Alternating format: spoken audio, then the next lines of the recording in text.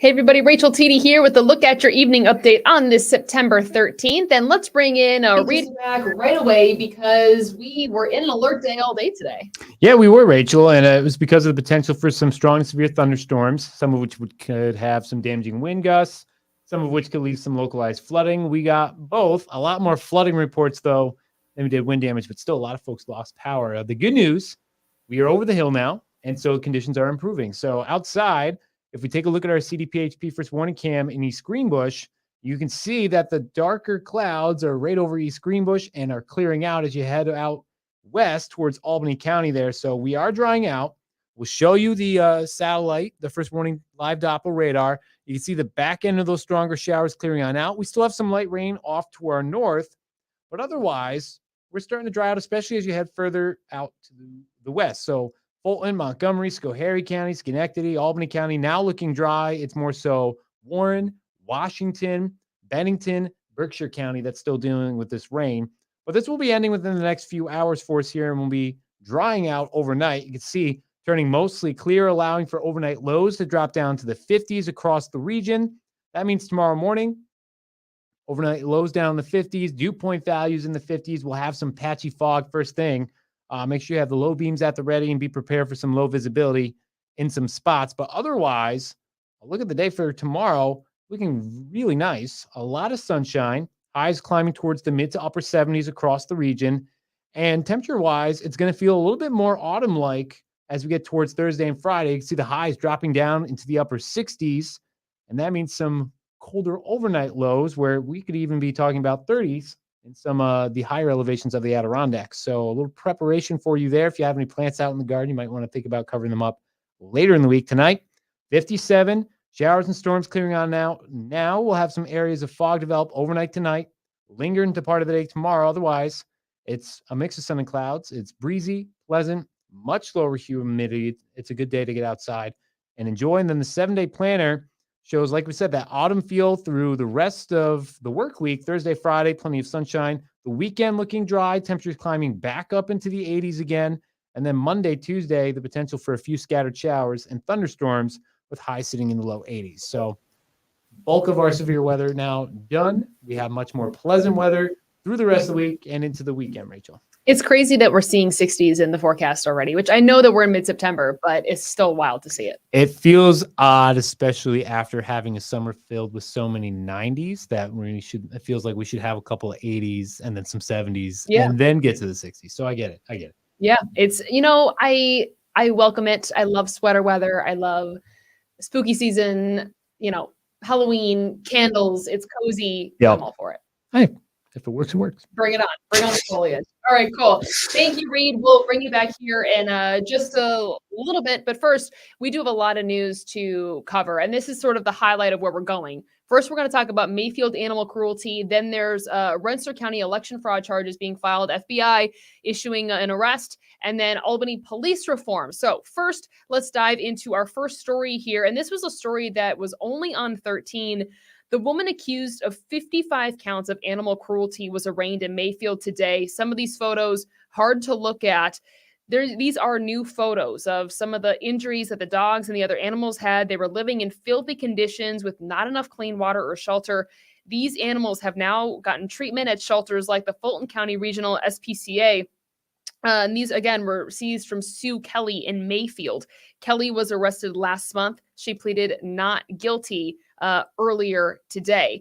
Second of all, we have a story coming out of Rensselaer County, and the Rensselaer County Board of Elections Commissioner Jason Schofield has been indicted on election fraud. He was arraigned earlier this afternoon, and he's accused of using names and birthdays of voters to apply for absentee ballots fraudulently. He was arrested by the FBI today and arraigned on a 12-count indictment. This indictment is connected to the federal investigation that happened back in June that left Troy Councilwoman Kim Ash McPherson convicted of ballot fraud. Schofield was released today, pending a future court date. And finally, a story out of Albany tonight. Albany Mayor Kathy Sheehan introduced the person she hopes will overhaul the city's new police reform measures. Gary Stiglmeyer is the city's former corporation counsel and a former city court judge.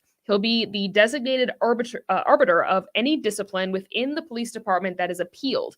Now, according to Sheehan, this hiring comes from strong recommendations from the Policing Reform Collaborative to address the current process. So tonight, you're going to hear from both him and the mayor.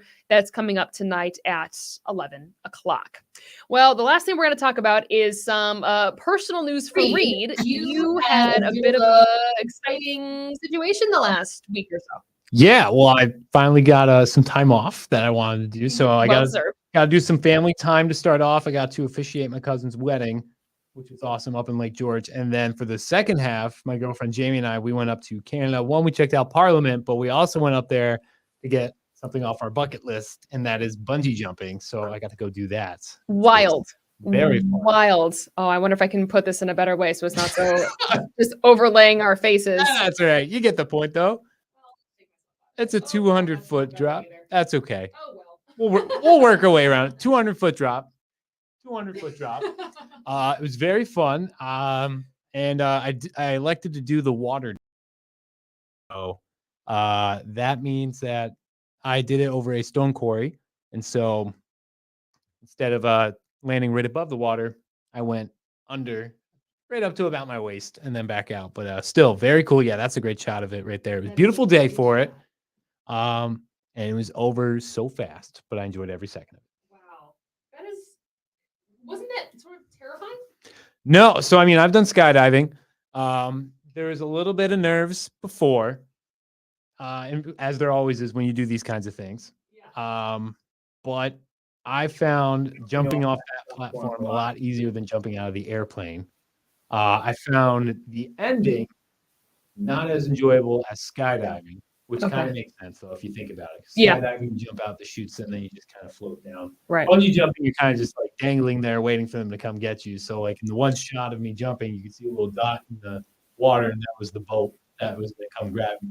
Oh my gosh! So you left there like dangling for a little bit. Yeah, there you go. That's right above my head. That's the boat. But yeah, so it was cool. I enjoyed it. I thoroughly do it. I would do it again for sure. That's wild. So jumping off the platform is easier than skydiving. I thought so, yes. Why? One, it's not as high. Okay. For me, the way that they did it was they give you a countdown of like 5, 4, 3, 2, 1, like go, like you should just go.